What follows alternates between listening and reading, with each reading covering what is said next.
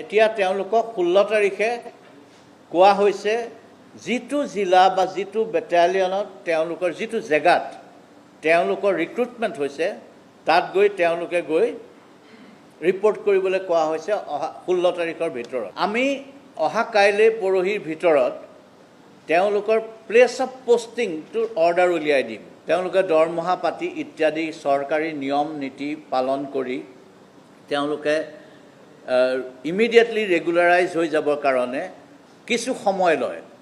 সেই সময়ছোৱাত কিছুমান মধ্যভোগী মানুহ ওলায়।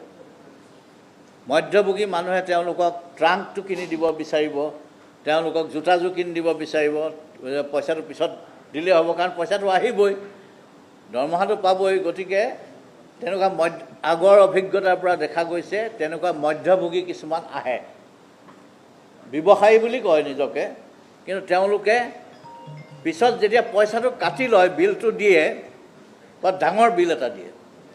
আৰু এই ল'ৰাবোৰে চাকৰি কৰিবৰ কাৰণে জোতা লাগিবই, চাকৰি কৰিবৰ কাৰণে ইউনিফৰ্ম লাগিবই ইত্যাদি ধৰণৰ ইছ্যু কিছুমান থাকে। তেওঁলোকে আগতেই চিলাই মেলি তৈয়াৰ হৈ ল'বলৈ বিচাৰে।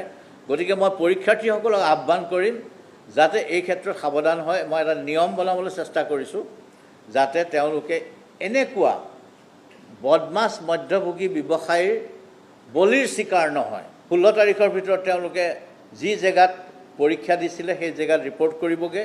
ৰিপৰ্টিং তেওঁলোকৰ আৰম্ভ হৈ যাব। সেইদিনাৰ পৰা তেওঁ চাকৰিৰ কাটাডাল ঘূৰা আৰম্ভ হ'ব, অৰ্থাৎ 16 তাৰিখৰ পৰা। তাৰপিছত কাইলৈৰ পৰা তাৰপিছত গতিকে তেওঁলোকে